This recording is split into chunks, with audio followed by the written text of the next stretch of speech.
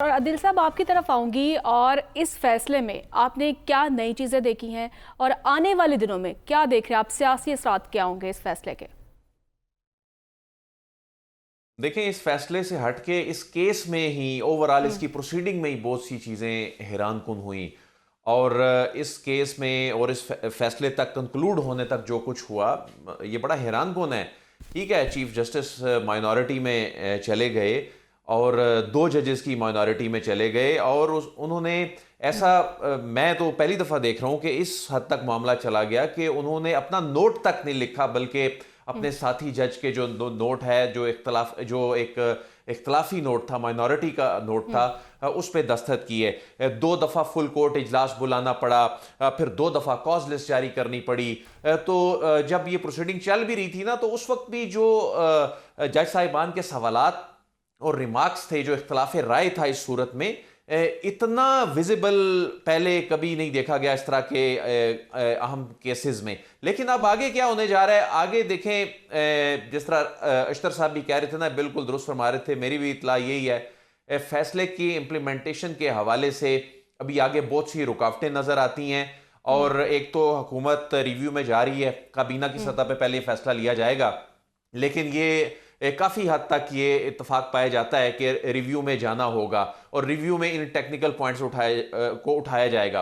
अब बाकी तहरीक इंसाफ जो है, उसके लिए अब ये बहुत बड़ा चैलेंज बन गया है कि उसने अपने तमाम अरकान जो कि आज़ाद हैं उनको किस तरह से शामिल करवाना है, क्योंकि हुकूमत की स्ट्रेटजी में एक स्ट्रेटजी ये भी है कि जो दो तिहाई अक्सरियत उसको इस तरह से नहीं मिल सकी, वो इनके आज़ाद कुछ अरकान पे नज़र लगाए बैठे हैं। जी। उसमें 10 से 15 लोग जो हैं, चूंकि उनका शॉर्टफॉल आ रहा है, 15 लोगों का शॉर्टफॉल आ रहा है, तो दो तिहाई अक्सरियत बनाने के लिए, अगरचे ये हुकूमत चलाने के लिए रिक्वायर्ड नहीं है, लेकिन जो हुकूमत के अज़ाइम और उसके जो प्लान्स हैं, जो उसको वो लेके चलना चाह रही थी, उसके लिए वो इस शॉर्टफॉल को वो पूरा करना चाहते हैं। तो इस हवाले से आने वाले 2-3 दिनों में ये चीज़ें अदील साहब से देखने एक को मिल सवाल सकती पूछ हैं लूं। कि पाकिस्तान तहरीक इंसाफ के जो अरकान हैं, कुछ आज़ाद अरकान, इस बात के इम्कानात हैं कि वो उनमें से कुछ पाकिस्तान तहरीक इंसाफ के साथ शायद ना जाएं। बहरहाल ये देखना होगा, क्योंकि ये पीटीआई का भी इम्तिहान है कि वो किस तरह हुकूमत के इस मंसूबे को जी, नाकाम पाकिस्तान तहरीक बनाती हैं। इंसाफ का भी इम्तिहान है, बिल्कुल। बाकी जी जी साहब, आप पाकिस्तान कुछ कहना तहरीक चाह रहे इंसाफ के थे? लिए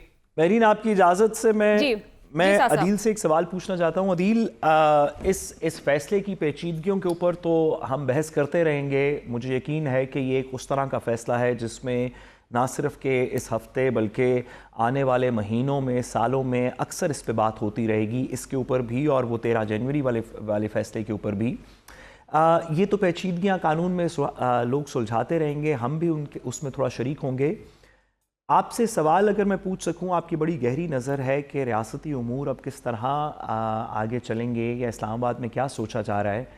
क्या कोई चांस है इस बात का कि हुकूमत और जो इस वक्त के पावर सेंटर्स हैं वो इस फैसले को उस स्पिरिट में लें कि अच्छी बात है, इंक्लूसिव डेमोक्रेसी हो रही है, कोई लोगों की आवाज़ की रिप्रेजेंटेशन पार्लियामान में फिर से ज़्यादा नज़र आएगी, इसके अंदर से कोई बेहतरी हो सकती है, इसको तस्लीम कर लेना चाहिए, अब सुप्रीम कोर्ट कह चुकी है, इस डगर पे आगे चलना चाहिए, आवाम की मर्ज़ी या राय के करीब पहुंचना चाहिए? कोई इसकी उम्मीद हम रखें इस सारे में से? मुझे तो कोई उम्मीद नज़र नहीं आ रही। और इसमें बुनियादी तौर पे जो दोनों जानिब से ना किरदार अदा होना होगा, उसमें आने वाले दिनों में पाकिस्तान तहरीक इंसाफ ने भी कैसे चलना है। देखें, आज पाकिस्तान तहरीक इंसाफ उसने एक कानूनी फाइट की ना, और वो 8 फरवरी में भी उसको उसका नतीजा नजर आया सियासी तौर पे, जब वो एक प्रोसेस का हिस्सा बने।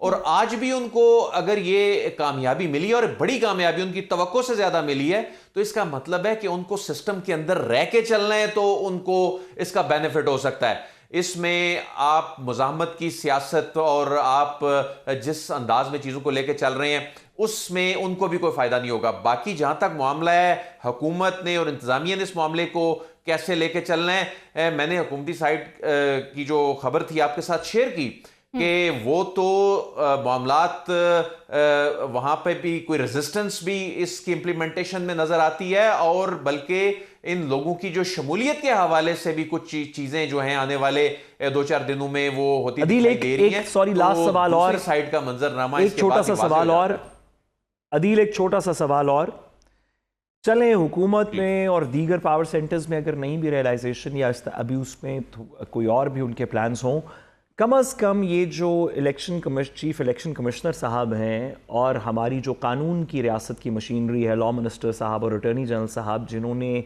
इस चीज़ को इस डगर तक पहुंचाया, आज हुकूमत के लिए इसमें बड़ी एम्बैरसमेंट हुई, क्या उनमें कोई थोड़ी क्या कहना चाहिए, कुछ इंटेग्रिटी का वो इजहार करेंगे? कोई किसी को इलेक्शन कमीशन तो वजारतें देता फिर रहा है। बेहतर इलेक्शन कमीशन खुद सामने नहीं आ रहा। इलेक्शन कमीशन टीवी चैनल्स पे जराए के जरिए बता रहा है कि ये कैसे होगा, ये तो आजाद उम्मीदवारों वाले मसले में ऐसे टेक्निकल प्रॉब्लम है, हमारा कहने का मतलब तो ये नहीं था। इलेक्शन कमीशन तो अभी भी सीखने के लिए तैयार नहीं है। इलेक्शन कमीशन को तो सुप्रीम कोर्ट के फैसले के बाद जो जिस तरह से इलेक्शन कमीशन जो है अभी भी सीखने को तैयार नहीं है।